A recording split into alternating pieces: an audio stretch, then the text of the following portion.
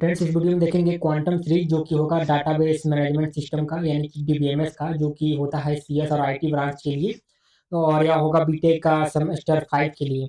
तो हम इसमें क्या करेंगे, पूरा डिटेल में एनालिसिस करेंगे इसका एक एक चैप्टर वाइज, जैसे कि हमारे यूनिट 1 2 3 4 5।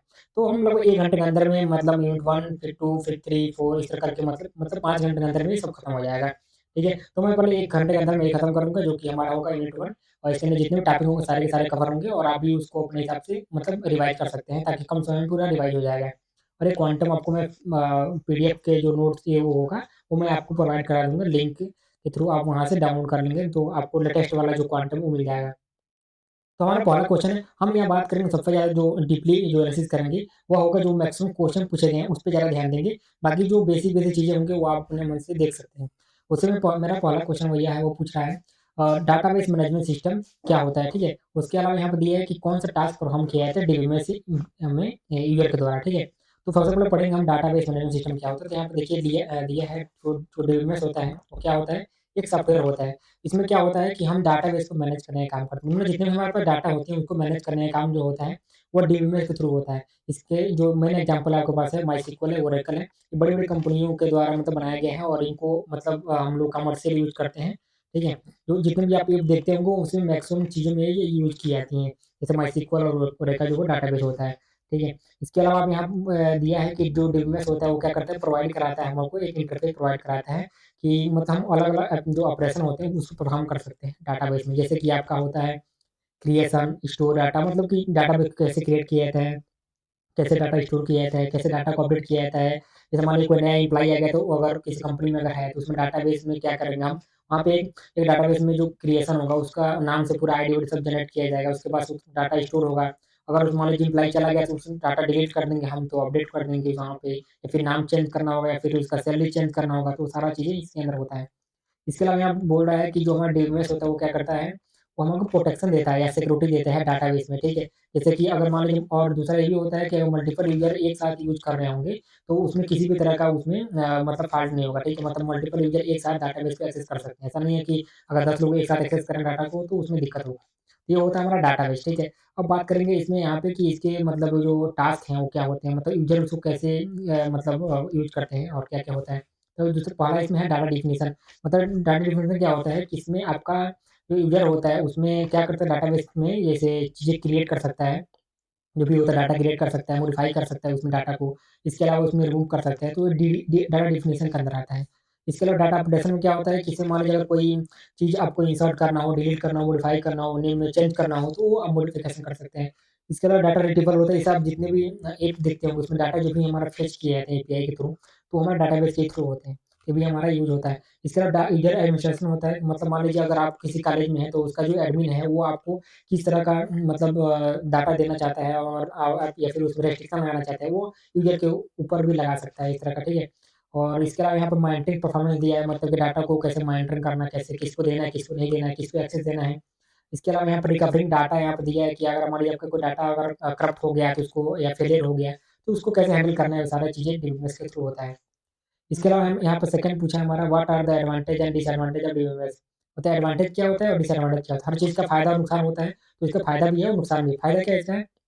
फ़ायदा ये है कि डाटा रिडंडेंसी, मतलब कि यहाँ पे क्या होता है कि एक जगह डाटा होती है ना, तो इसमें क्या होता है कि जो भी डाटा होंगे सब सिंगल होंगे। ऐसा नहीं होता है उसमें आप मतलब एक ही नाम से 2 डाटा यहाँ पे स्टोर कर सकते हैं, ऐसा नहीं होता है। मतलब डुप्लीकेट जो भी चीज़ें होंगी उसको हटा देता है ये।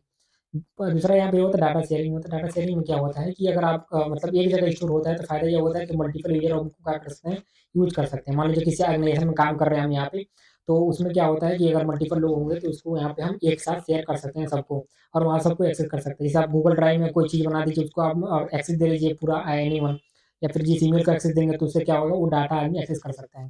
तो ये तो होता है। दूसरा तीसरा हमारा दिया है ईज़ी मेंटेनेंस। ईज़ी मेंटेनेंस में क्या होता है कि ये बहुत ही ईज़ी होता है, क्योंकि मेंटेन करना, क्योंकि इसमें क्या होता है, डाटा जो सेंट्रलाइज़ होता है, एक जगह स्टोर होता है, तो वहाँ से मेंटेन करना ईज़ी होता है। ऐसा नहीं होता फाइल में स्टोर रहता है, तो दिक्कत होता है, हर जगह अलग-अलग जाकर आपको चेंज करना पड़ता है। यहाँ पे क्या होता है, एक जगह होता है तो मेंटेन करने में दिक्कत नहीं होता है।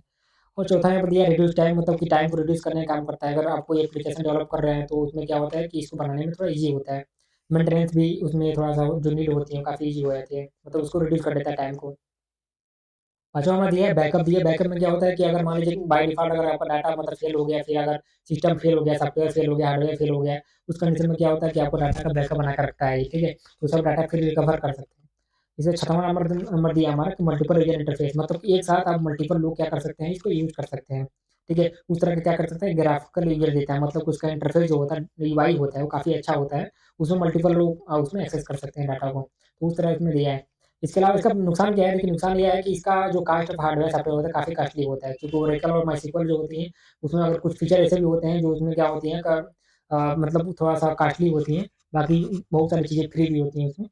इसके अलावा यहाँ पे देख सकते हैं साइज़ क्या है, साइज़ जो होता है थोड़ा ज़्यादा साइज़ लेता है डिस्क में, ठीक है? और ज़्यादा मतलब आप स्टोर डाटा करेंगे तो ज़्यादा साइज़ लेगा ये तो है ही। और तीसरा हमें कॉम्प्लेक्सिटी है, कॉम्प्लेक्सिटी बहुत ज़्यादा है, कॉम्प्लेक्सिटी क्योंकि इतना बड़ा डाटा अगर स्टोर कर रहा है तो कॉम्प्लेक्सिटी तो होना ही होना है। फिर चौथा हमारा हायर इम्पैक्ट ऑफ फेल्योर। इसमें सबसे बड़ी दिक्कत ये है कि अगर मान लीजिए बाय डिफ़ॉल्ट किसी ब बस मतलब आपका डाटाबेस फ़ेल हो गया, ठीक है? उस कंडीशन में क्या होता है कि आपका बहुत सारा डाटा लॉस हो सकता है। तो ये मतलब सबसे बड़ा इसका डैमेज का मतलब है मतलब और कोई दिक्कत नहीं है। तो ये अब इसका नुकसान है, ठीक है? और यहाँ पे तीसरा दिया है what do you understand by database user? Database user का मतलब क्या? डाटाबेस यूज़र का क्या मतलब है? इसका मतलब डाटाबेस को जो यूज़ करता है वही डाटाबेस यूज़र है, सिंपल सा रूल है। अब पूछा इसका ना टाइप्स क्या होते हैं? टाइप्स देख सकते हैं यहाँ पे। एप्लीकेशन प्रोग्रामर पहला हमारे यहाँ होता है, पहला एप्लीकेशन प्रोग्रामर मतलब कि यह है कि ये डीएमएल क्वेरी मतलब का डाटा मैनिपुलेशन क्वेरी जो होता है, इसमें क्या होता है कि जैसे आपको जो C plus plus Java language होती हैं, उसमें क्या डीएमएल क्वेरी होती हैं, ठीक है? तो उसमें आप देख सकते हैं। इसके अलावा इसमें सोफिस्टिकल यूज़र होते हैं, तो इसको भी देख सकते हैं। इसमें SQL क्वेरी होता है, बट इसमें जो होता है कमांड जो होता है वो सेलेक्ट होता है, इंसर्ट होता है, डिलीट होता है, अपडेट होता है, ये सारी चीज़ें होती हैं, ठीक? इसके अलावा यहाँ पे स्पेशलाइज़ यूज़र होते हैं। स्पेशलाइज़ यूज़र में क्या होता है, ये हमारे जो होते हैं वो क्या होते हैं एक स्पेशल पर्पज़ के लिए यूज़ करते हैं डाटाबेस को, ठीक है? तो इसके लिए होते हैं। फिर हमारा होता है स्टैंडर्ड यूज़र होते हैं। इसमें क्या होता है कि ये पर्सनल यूज़ के लिए यूज़ करते हैं। अगर मान लीजिए कोई पर्सनल अपना काम करना चाहता है, उसमें डाटाबेस में स्टोर करना चाहता है, तो उसके लिए अलग से यूज़र होते हैं। मतलब अलग-अलग टाइप के यूज़र होते हैं। इसके अलावा नेटिव यूज़र होते हैं। नेटिव यूज़र क्या होते हैं? जैसे इसके लिए आपको जो भी हमारा ऑनलाइन लाइब्रेरी सिस्टम होता है, जो कि हमारे कंपनी जो कि हमारे उसमें कॉलेज में होता है, हो सकता है। इसके अलावा टिकट बुकिंग सिस्टम होता है, मतलब जो रेलवे टिकट करते हैं, वो भी हम नेटिव यूज़र के लिए भी क्या कर सकते हैं, इसको यूज़ किए जाते हैं। एटीएम से जो हम पैसा निकालते हैं, उसमें भी उसका भी डाटा कहीं न कहीं स्टोर होता है, जो कि बैंक के द्वारा होता है, ठीक है? तो ये भी हमारे नेटिव यूज़र होते हैं। तो 5 तरह के यूज़र होते हैं, नेटिव, स्टैंडर्ड और स्पेशलाइज़्ड और सोफिस्टिकेटेड एप्लीकेशन प्रोग्राम, बस खत्म। एप्लीकेशन प्रोग्राम मतलब जो एप्लीकेशन यूज़ करते हैं, सिंपल जैसे आप हम लोग यूज़ करते हैं, ठीक है? और इसके बाद हमारे फिर चौथा बात करेंगे, इसमें क्या है तो पूछ रहे हैं डाटा एडमिनिस्ट्रेटर क्या होते हैं? कौन होता है? क्या करता है? सिंपल सी बात है कि इसमें क्या होता है ना, कि जो डाटा एडमिनिस्ट्रेटर इसका रोल क्या होता है, ये बताना है। तो सबसे बड़े पढ़ते हैं डीबीए। डीबीए में क्या होता है कि जो डाटाबेस को मैनेज करने का काम करता है, पूरा कंट्रोल जिसके हाथ में होता है, उसको बोलते हैं डाटाबेस एडमिनिस्ट्रेटर। जैसे हम लोग कॉलेज का जो एडमिन होता है, उसके पास पूरा मतलब एक्सेस होता है हर चीज़ का, ठीक है? वो किसको हटाना है, किसको कॉलेज से निकालना है, मतलब डाटा किसका नाम हटाना है, किसका नाम जोड़ना है, किसके नंबर चढ़ाना है, किसका नंबर हटाना है, किसका नंबर में कुछ बढ़ाना है, घटाना है, वो सारा का सारा जो काम होता है वो डाटाबेस एडमिनिस्ट्रेटर करता है, जो कि कॉलेज का हमारा एडमिन पैनल के द्वारा होता है। बाकी हम लोग तो यूज़ करते हैं जो हमारे जैसे मान लीजिए पर आपका एकेडमिक वेबसाइट हो गया, उसका जो कोई ना कोई मतलब जो होगा एडमिनिस्ट्रेटर होगा ही होगा, जो सब कुछ मैनेज करता है। बाकी हम लोग यूज़ करते हैं उसका डाटाबेस। तो इसमें क्या होता है, इसका फंक्शन क्या होता है, मतलब डाटाबेस एडमिनिस्ट्रेटर होता है, वो करता क्या है, ये बात है। तो पहला ये स्कीमा डेफिनिशन मतलब कि स्कीमा का डेफिनिशन मतलब ये होता है कि जो भी जो डाटाबेस होता है, उसका डिज़ाइन जो होता है, उसमें कौन कितने टेबल होंगे, कितने कॉलम होंगे, कितने रो होंगे, इन सारे का जो डेफिनिशन हो जो जो चीज़ें होंगी, स्ट्रक्चर होंगी, वो सारे के सारे कौन बनाता है, हमारा डीबी बनाता है। ठीक है? इसके अलावा मतलब हमारा दूसरा है storage structure and access method definition. अगर जो हमारा कोई भी यूज़र है, उसको हमको कितना डाटाबेस का एक्सेस देना है, वो सारा का सारा हमारा किसके अंदर होता है डाटाबेस एडमिनिस्ट्रेटर के अंदर होता है। स्टोरेज कितना बड़ा होना चाहिए, कितना छोटा होना चाहिए या फिर कितने साइज़ का होना चाहिए, वो सारा का सारा इसी के ऊपर डिपेंड होता है। ठीक है? इसके अलावा schema and physical organisation modification. इसके अलावा यहाँ पे दिया है कि फिजिकल मतलब डाटाबेस कहाँ पे स्टोर हो रहा है, मतलब किसका डाटाबेस ले रहे हैं, गूगल का ले रहे हैं कि एडब्ल्यूएस का ले रहे हैं कि जियो का ले रहे हैं, ये सारा का सारा जो मतलब कहाँ पे डाटा हमारा स्टोर होगा, इसका भी जो निर्धारण होता है, फिक्स होता है, वो हमारा डीबीए ही करता है। इसके बाद हमारा granting of authorisation of for data access, किस यूज़र को कितना डाटा देना है, मतलब कि बहुत सारे लोग होते हैं ना कि किसको जैसे मान लीजिए अगर टीचर होगा तो उसको थोड़ा-सा डाटा ज़्यादा एक्सेस करने को मिलेगा, ठीक है? इसके अलावा बच्चे होंगे अगर तो उनको कम मिलेगा डाटा एक्सेस करने के लिए, केवल मॉडिफ़ाई नहीं कर सकते हैं, टीचर थोड़ा मॉडिफ़ाई कर सकता है और ऊपर जाके मॉडिफ़िकेशन का ऑप्शन होता है, डीबीए के पास होता है, सब कुछ एक्सेस करता है। तो किसको देना है, किसको नहीं देना है एक्सेस, वो इसके ऊपर डिपेंड करता है। इसके अलावा आप देखेंगे जीमेल में होता है, अगर आप डाटा को स्टोर किए होंगे, किसी को भेजेंगे, तो सिर्फ़ वो स्पेसिफ़िक आदमी ही उस ईमेल के डाटा को स्टोर मतलब एक्सेस कर सकता है, बाकी कोई नहीं कर सकता है, ठीक है? तो इनमें हमारा एक परमिशन होता है।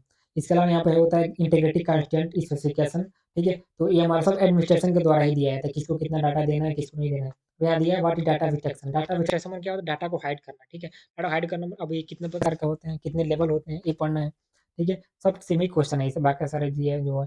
इसमें क्या होता है 3 लेवल होते हैं इसके, ठीक है? और सबसे पहले पढ़ते हैं एब्स्ट्रैक्शन क्या होता है, डाटा को हाइड करना, ठीक है?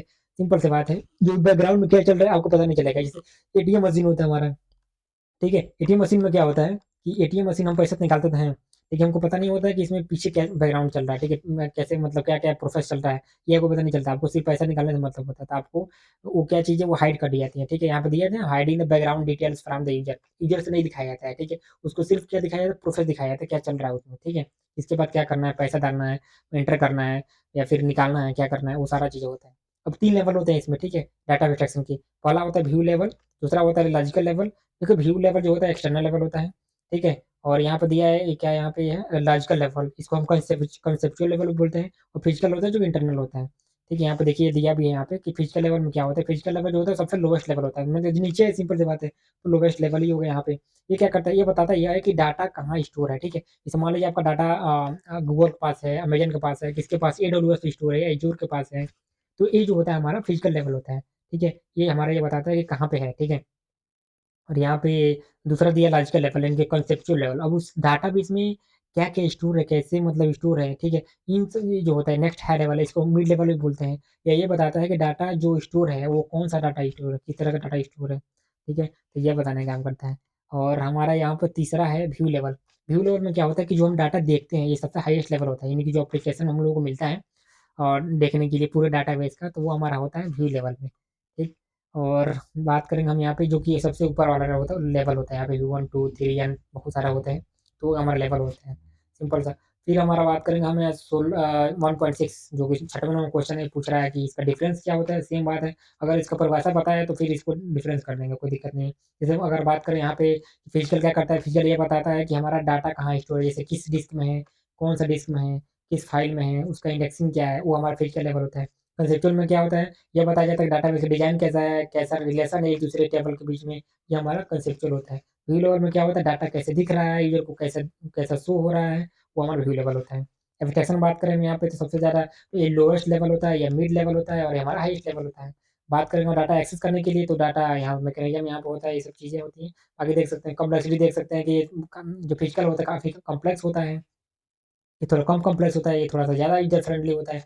इसको यूज़र यूज़ करता है इसलिए थोड़ा-सा कॉम्प्लेक्सिटी इसका कम होता है क्योंकि यूज़र अगर कॉम्प्लेक्स यूज़ करेगा तो फिर कोई मतलब ही नहीं है, ठीक? और हाई कॉम्प्लेक्स वो इसलिए होता है क्योंकि इसको यहाँ पे स्टोर होता है इसलिए यहाँ पे होता है क्योंकि आप देखेंगे जो अमेज़न का है, गूगल का है, जो डाटाबेस होता है वहाँ पे बहुत ज़्यादा इलेक्ट्रिसिटी मतलब करके और बहुत सारी चीज़ें वहाँ पे करके एक्सेस मतलब डाटा को स्टोर अच्छे से किया गया होता है, ठीक है? इसलिए काफ़ी कॉम्प्लेक्स होता है, जटिल होता है वहाँ पे। सिक्योरिटी बात करें तो लो लेवल होता है यहाँ पे थोड़ा-सा कंट्रोल ओवर जो होता है, ठीक है? और इसमें ज़्यादातर थोड़ा-सा काफ़ी सेंसिटिव इन्फॉर्मेशन होती है, तो बहुत सारे इन्फॉर्मेशन को हाइड कर दिया जाता है, ठीक है? यहाँ पे सारी इन्फॉर्मेशन यहीं पे होती है और कैसे स्टोर होती है, तो पता ही है यहाँ पे।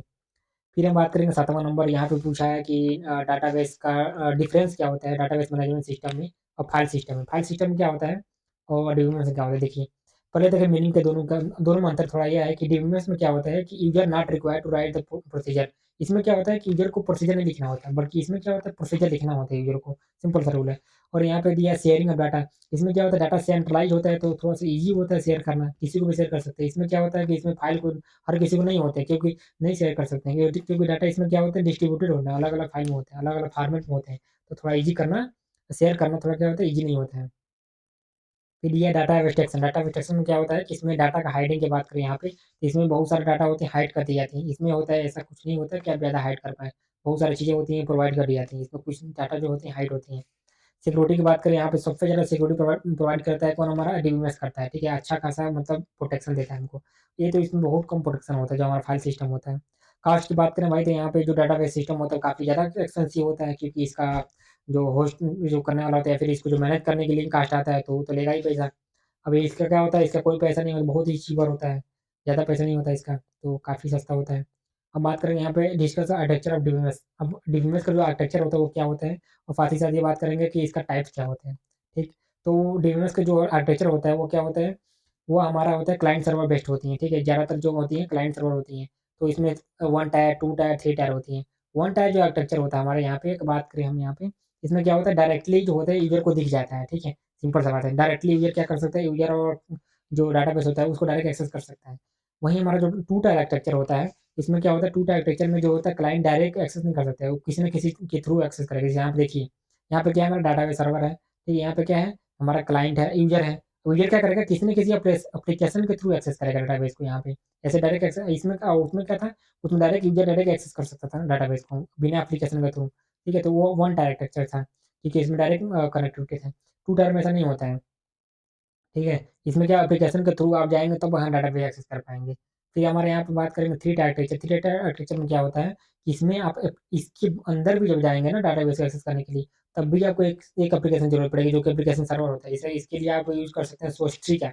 अगर कोई मतलब कोड करेंगे, उसमें क्या होता है कि सोस्ट्री का भी यूज़ किया जाता है। तो सोस्ट्री के थ्रू क्या होता है, एक एप्लीकेशन होता है, अब उसके अंदर डाटाबेस होता है और हम क्या कर सकते हैं अपने अंदर अपने यूज़र जो होता है वो एप्लीकेशन के थ्रू उसको एक्सेस करेगा। ये थ्री टायर आर्किटेक्चर होता है, बहुत ऐसे समझ सकते हैं, कोई दिक्कत नहीं है। बाकी ये मेन होता है हमारा। फिर हमारे यहाँ पे दिया है 1.9 जो कि discuss the role database administration. अब पूछा है डाटाबेस का रोल क्या होता है, अभी तो पहले ही पढ़े हैं और वही वाला क्वेश्चन 1.9 है तो कोई मतलब ही नहीं है इसका पढ़ने का, टाइम लॉस करने का। फिर यहाँ पूछा है हमारा डाटा मॉडल क्या होते हैं, ठीक है?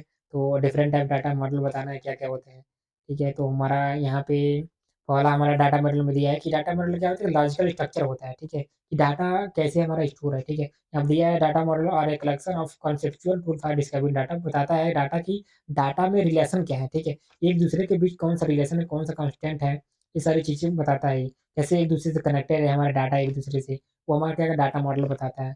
ठीक है? कैसे एक-दूसरे से प्रोसेस करेंगे, क्या-क्या होगा, पूरे सिस्टम में एक अंदर कैसे स्टोर होंगे। अब यहाँ पे देखिए एंटिटी रिलेशनशिप दिया है जो कि ईआर बोलते हैं, या ई माने एंटिटी, आर माने रिलेशनशिप। एंटिटी रिलेशनशिप में क्या होता है, यहाँ पे दिया है entities are represented by means of their properties called attribute, ठीक है? एट्रिब्यूट और ये 2 एट्रिब्यूट यहाँ पे दिए हैं, ठीक है? एक एंटिटी ये है और एक एंटिटी ये है, ठीक है? और यहाँ के बीच क्या रिलेशन लगाया हुआ है, तो इसके बीच जो भी रिलेशन होगा वो हमारा एंटिटी रिलेशनशिप होता है, ईआर मॉडल यही होता है। फिर एक रिलेशनल मॉडल होता है, इसमें क्या होता है कि इसमें जो होता है वो डाटा रिलेशनशिप के मतलब उसके बीच मतलब होता है टेबल जो होता है ना उनके बीच कौन-कौन सा मॉडल जैसे होता है ना join inner join, outer join, ये सारी चीज़ें क्या होती हैं रिलेशनल मॉडल के अंदर आती हैं।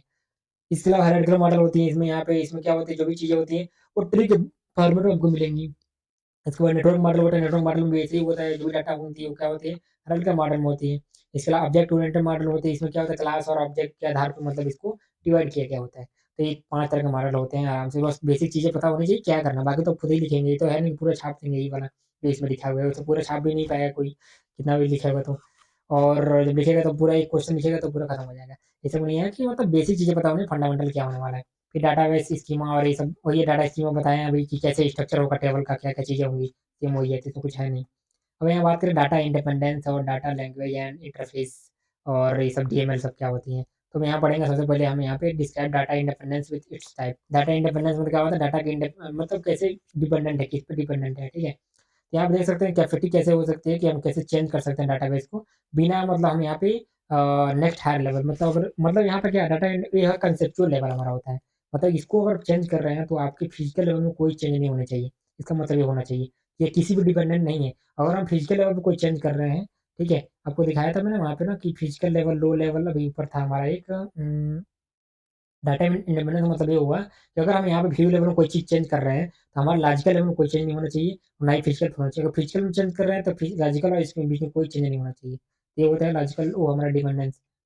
और हमारा नेक्स्ट है यहाँ पे मॉडल हो गया, डाटा स्कीमा हो गया। अब हम बात करेंगे यहाँ पे विथ इस टाइप फिजिकल डाटा इंडिपेंडेंस। वही वाला फिजिकल लेवल पे कोई भी चेंज कर रहे हैं तो हमारा किसी भी तरह में इंटरनल लेवल पे कोई भी चेंज नहीं होना चाहिए हमारा, ठीक है? इसका मतलब ये होता है बस। लॉजिकल डाटा इंडिपेंडेंस मतलब ये होता है कि अगर लॉजिकल में कोई चेंज चेंज कर रहे हैं तो कांसेप्चुअल में कोई चेंज नहीं होना चाहिए, ठीक है? इसका इस पे कोई मतलब नहीं होना चाहिए चेंजिंग होने से, ठीक है?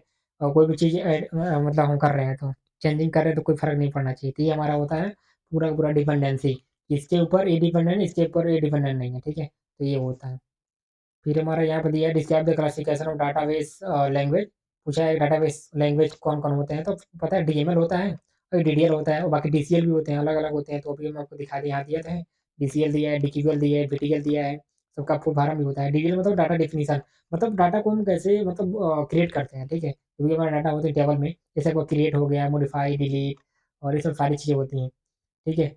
और इसमें एक डेफ़िनिशन केवल बनाया जाता है इसमें। और इसका जो मेन होता है ना, वो हमारा इसमें लिमिटेड होता है। इसमें क्या होता है, डेटाबेस डिज़ाइनर और एप्लीकेशन डेवलपर जो होते हैं, वो इसको यूज़ करते हैं। इसमें क्या होता है, क्रिएट, ड्राफ्ट, अल्टर कमांड का होता है, यूज़ किया जाता है।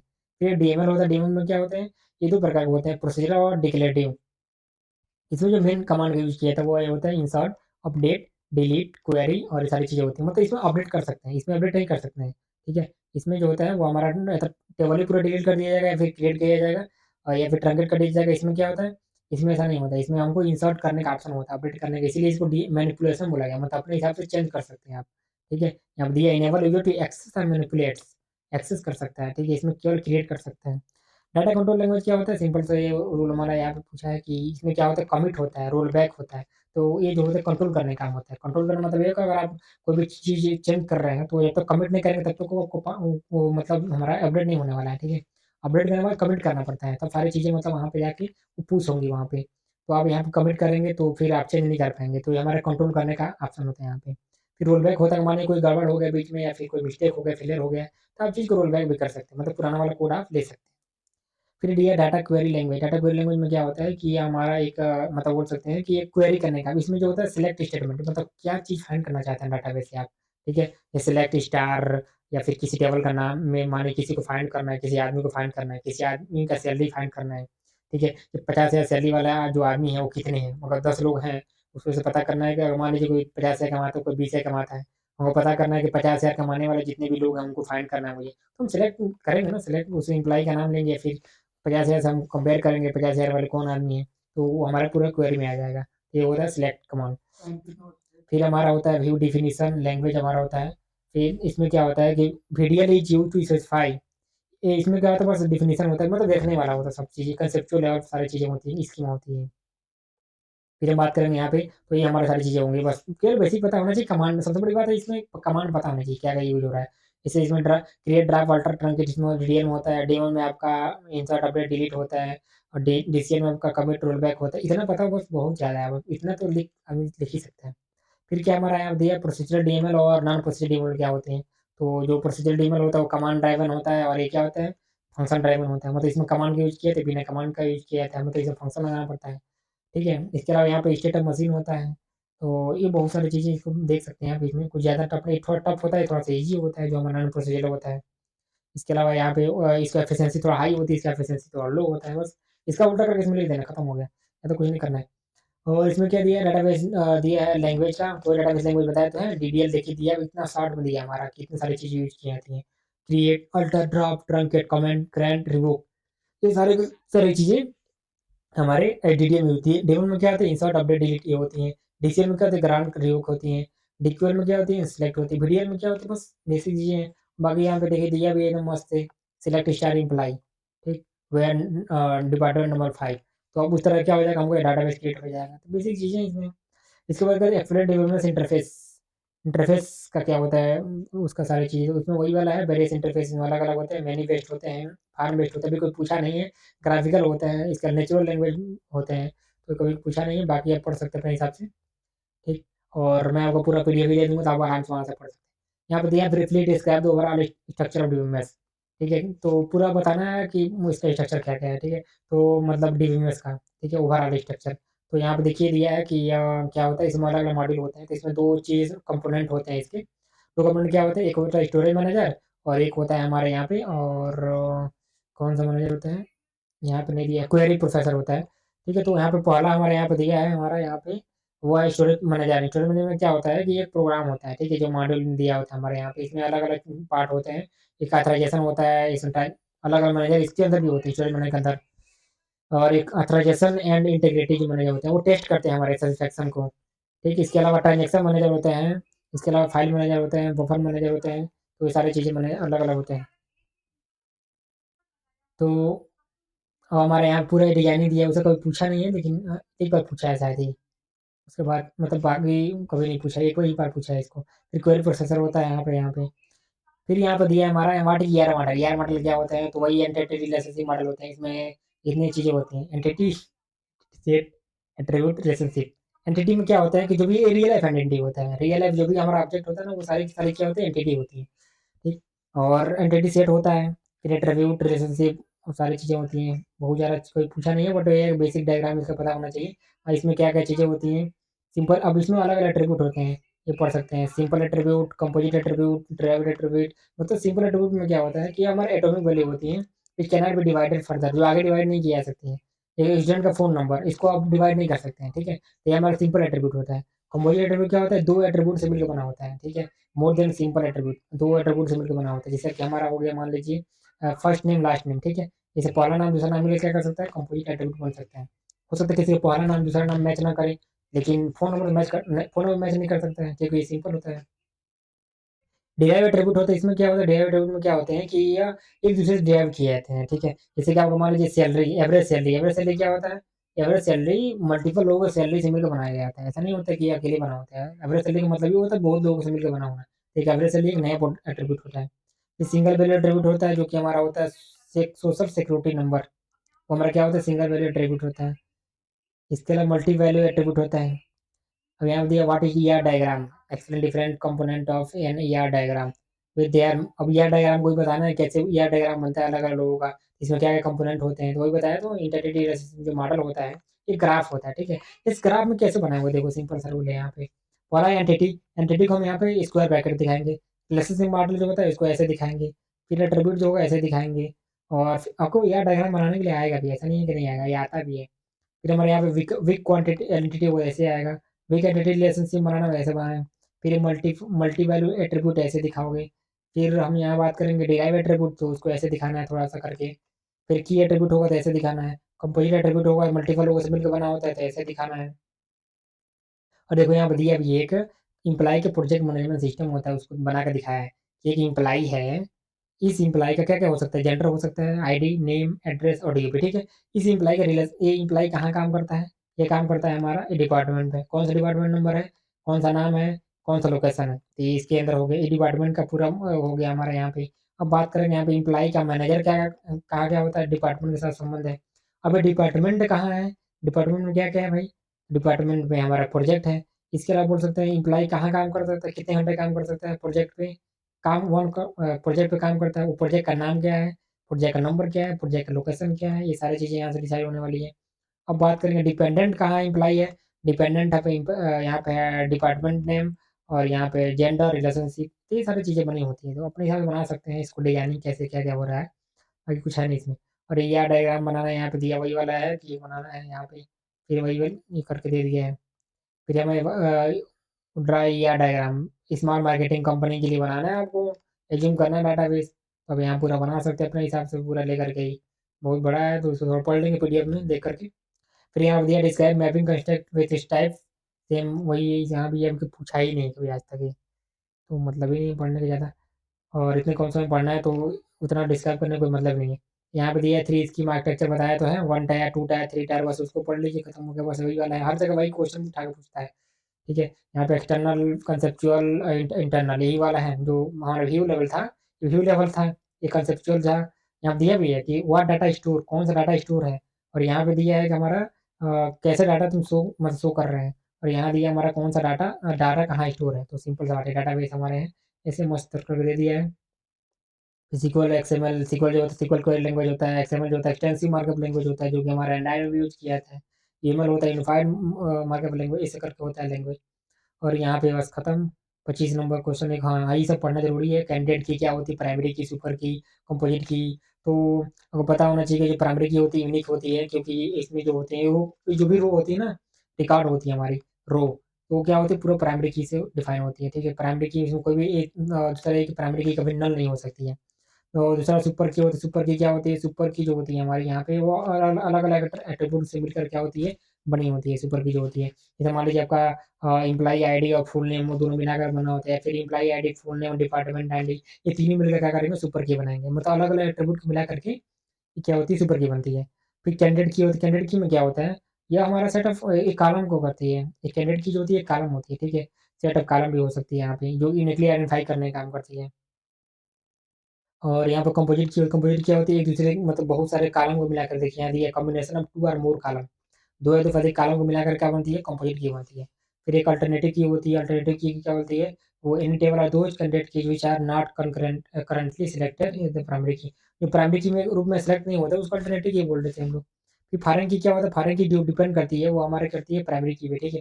फॉरेन की रिप्रेजेंट करती है रिलेशनशिप बिटवीन टेबल और जो भी हमारा होता है नेक्स्ट टेबल, उसको जब जोड़ते हैं ना तो फॉरेन की उसमें मिलता है, तो हमारा होती है। फिर हमारे यहाँ पे दिया है और कुछ तो है नहीं इसमें। फिर जनरलाइजेशन, स्पेशलाइजेशन और एग्रीगेशन 3 चीज़ें दी हैं, जनरलाइजेशन, स्पेशलाइजेशन और एग्रीगेशन। तो यहाँ पे दिया है जनरलाइजेशन, स्पेशलाइजेशन, एग्रीगेशन। इसमें क्या है, जनरलाइजेशन जो होता है एक प्रोसेस होता है। इसमें क्या होता है कि ये सबसे टू लोअर लेवल में, ठीक है। इसमें क्या है, अकाउंट इज ए, अकाउंट में क्या क्या हो सकता है, सेविंग अकाउंट, करंट अकाउंट हो सकता है। ये देख रहे हैं जनरलाइजेशन मतलब नीचे से ऊपर जा रहा है ये, ठीक है। सेविंग अकाउंट और ये सेविंग अकाउंट, सेविंग और करंट दोनों क्या है, अकाउंट है। तो बस इतना याद रखिए कि जो जनरलाइजेशन होता है वो नीचे से ऊपर जाता है, स्पेशलाइजेशन होता है ऊपर से नीचे आता है। जैसे पर्सन, पर्सन क्या हो सकता है, इम्प्लाई हो सकता है, कस्टमर हो सकता है, ठीक है। तो ये ब्रेक करने का काम करता है, दो दो लेयर मतलब लोअर लेवल में करने का काम करता है। और ये क्या करता है, दो लेवल की कॉम्बिनेशन करने का काम करता है। जो ये देख रहे हैं, सेविंग और करंट दोनों मिलाकर क्या बना है, अकाउंट बन गया, मतलब कॉम्बिनेशन हो गया। और ये देख रहे हैं पर्सन क्या हो रहा है, एक एम्प्लॉय बन जा रहा है, एक कस्टमर बन जा रहा है, मतलब एक ही आदमी दो चीज में टूट जा रहा है। तो ये टॉप डाउन अप्रोच है, मतलब ऊपर से नीचे आ रहा है, और ये नीचे से ऊपर जा रहा है, सिंपल सा है। और एग्रीगेशन में ये सब चीज़ें होती हैं। एग्रीगेशन में क्या होता है हमारा, यहाँ पे दिया है an abstraction that through which the relationship are treated as a higher level. ये थोड़ा अलग होता है, इन दोनों को मिला हुआ होता है हमारे यहाँ पे, ठीक। और यहाँ पे जैसे देख सकते हैं यहाँ पे एक जॉब है। जॉब में क्या होता है, इम्प्लाई होता है, इम्प्लाई वर्क्स ऑन काम करता है ब्रांच में, और वर्क्स कहाँ काम करता है, मैनेजर मैनेज करता है, और ये मैनेजर के साथ है। तो ये ईआर डायग्राम है उसका, एग्रीगेशन का। तीनों का अंतर भी दिया है, तो तीनों का डिफिनेशन अगर पता है तो वही अंतर हो तो इधर ही लिख देंगे, यहाँ पे कोई दिक्कत ही नहीं है, ठीक है। वैसे टॉप डाउन होता है, ये बॉटम अप होता है, टॉप डाउन होता है, और ये हमारा क्या होता है, ये हमारा उसके अंदर होता है हमारा it allow indicate that relationship set participate in other relationship, ये दूसरा सेट होता है, दोनों का कॉम्बिनेशन होता है। फिर हम यहाँ बात करेंगे reduction of ER diagram table, extended ER model और रिलेशनशिप हायर डिग्री, ठीक है। यहाँ पे वही ईआर डायग्राम बनाना है, यहाँ पे अपने हिसाब से बना सकते हैं इसको देख करके। पूरा पीडीएफ में सब कुछ मिल जाएगा, इसको देख सकते हैं अपने हिसाब से। और ये सब सारी चीज़ें मल्टी वैल्यू एट्रीब्यूट सब कैसे काम करते हैं, सब वही वाला है। और यहाँ पे दिया है एक्सटेंडेड ईआर मॉडल, सेम यही स्पेशलाइजेशन, जनरलाइजेशन, एग्रीगेशन तीनों का कॉम्बिनेशन लिख देंगे, हो जाएगा इसके अंदर, ठीक। और यहाँ पे हम बात करेंगे 29 नंबर, इसमें क्या है, यूनिफाइड यूएमएल जो होता है, यूनिफाइड मॉडलिंग लैंग्वेज। तो इसको आप देख सकते हैं, ये एक स्टैंडर्ड लैंग्वेज होता है जो कि सॉफ्टवेयर प्रोग्राम में यूज किया जाता है, विजुलाइज करने का काम करता है डाटाबेस को, जो भी सारी चीज़ें होती हैं। इसके टाइप भी होते हैं, एक्टिविटी प्रोग्राम होती हैं, अभी कोई पूछा नहीं, मुझे लग रहा है कभी नहीं पूछा है। तो ज़्यादा पढ़ने की जरूरत नहीं, इसको कराएगा तो अपना समझ लीजिएगा। फिर यहाँ पे डेटाबेस सेविंग, फिर वही वाला यार, कभी तो बहुत कभी पूछा ही नहीं है, ये एक बार पूछा है बस। फिर यहाँ पे देख सकते हैं अपने हिसाब से इसको मैनेज कर लेंगे कि कैसे काम कर रहा है ये। उससे मुझे लग रहा है थोड़ा सा इसका स्ट्रक्चर वो बनाना पड़ेगा इसमें। और बाकी ये सब यही है, बाकी इंपॉर्टेंट क्वेश्चन देख ही सकते हैं, 1 से लेकर कितना 1 2 1 2 3 4 8 7, ज़्यादा नहीं 5 6 क्वेश्चन जो कि इंपॉर्टेंट है। बाकी हम नेक्स्ट वीडियो में देखेंगे यूनिट 2 को। अभी के लिए फिलहाल इतना ही। Thank you very much.